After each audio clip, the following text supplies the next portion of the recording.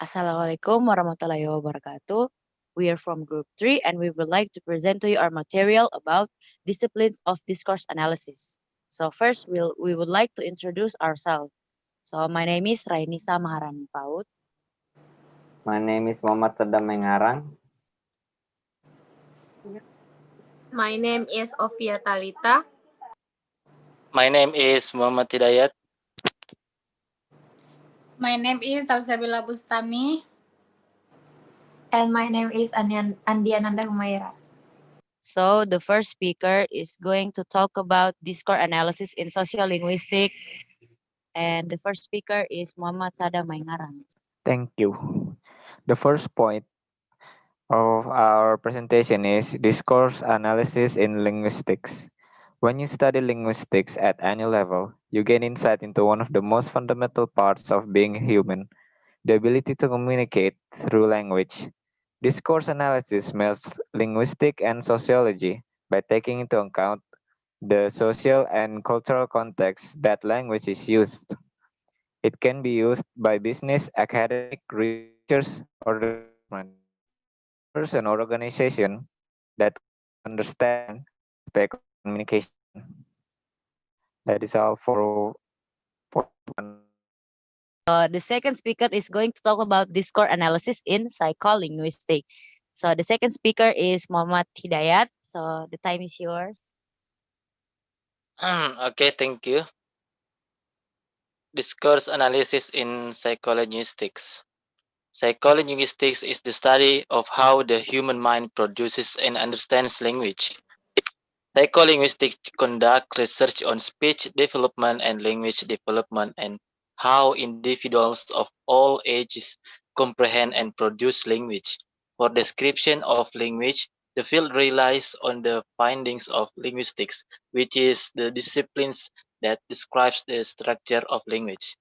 An example of psycholinguistics is a study of how certain words represent traumatic events. For some people, linguistics, the study of the comprehension and production of language in its spoken, written, and sign forms. Thank you. The third speaker is going to talk about discourse analysis in linguistic anthropology. So the third speaker is going to be me, Raini Samarani. So linguistic anthropology is a branch of anthropology that studies the role of language in the social lives of individuals and communities. Linguistic anthropology explores how language shapes communication. In this case, linguistic anthropology closely studies those societies where language defines a culture or society. It is what makes that people unique. It is its index language. The tribe may speak other languages from New Guinea, but this unique language gives the tribe its culture identity. The fourth speaker is Ovia Talita. Thank you, Renisa. So I will explain about discourse analysis in philosophy. Philosophy is an ancient discipline which probably began as early as human civilization that saw knowledge of all things on earth in heaven. This might be related to philosophical linguistics, but in this field, the main concern is the relationship between language and its meaning, or which is commonly known as the discipline of semantics. The one that explain about discourse analysis in history is Salsabila Bustami. So the time is yours. Today I will explain about discourse analysis in history. History is the study of the human past as it is described in written documents left behind by humans. Throughout 1985 mentions the functions of discourse analysis for historians as both of critic and self-critic. It functions as first a tool of inquiry in the traditional task of interpretation of source, the exploitation of the archive of pertinent discourse that the historians use to reconstruct the past, and the second, a tool to reveal the discursive strategies of presentation. Thank you.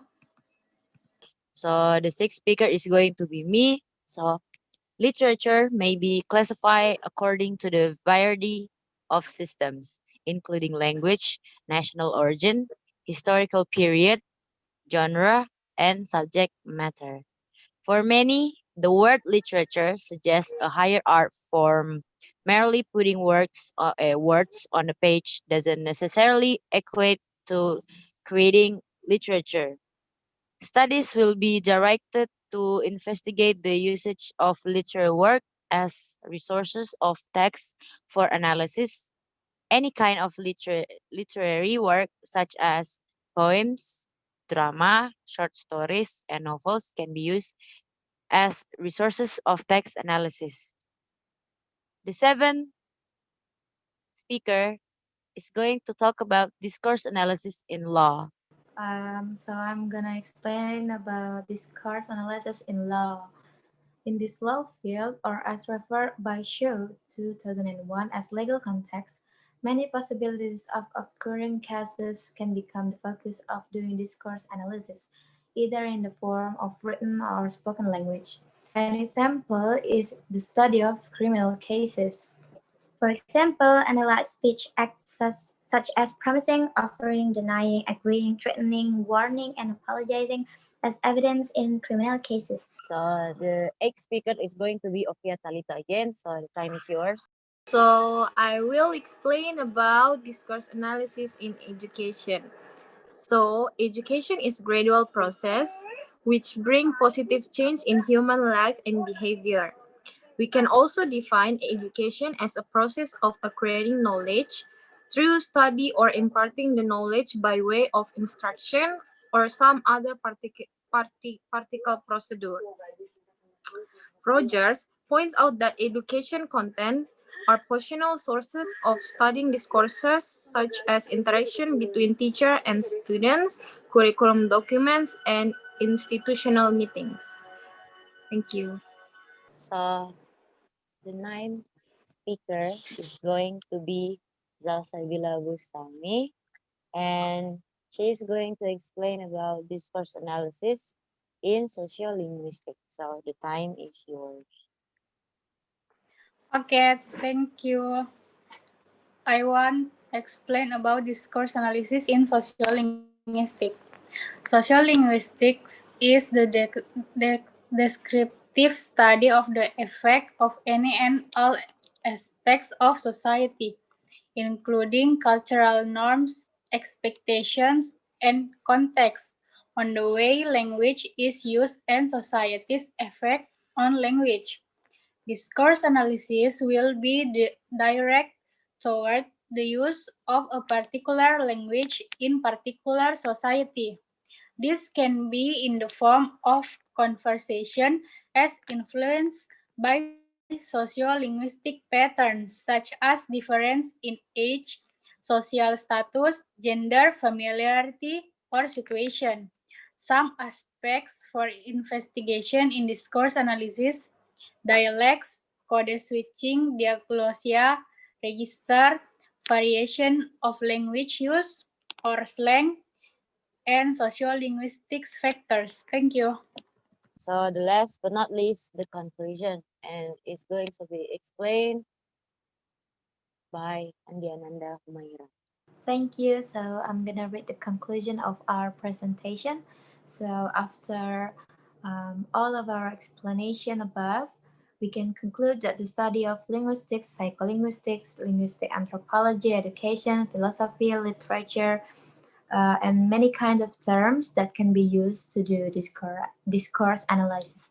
However, since we are still in college, the terms that we will often use in discourse analysis will be literature, because we are English literature department, and also education. So that's all the conclusion of this presentation. Thank you. So that's all from our group. Thank you for your attention. We're from group 3, and thank you again.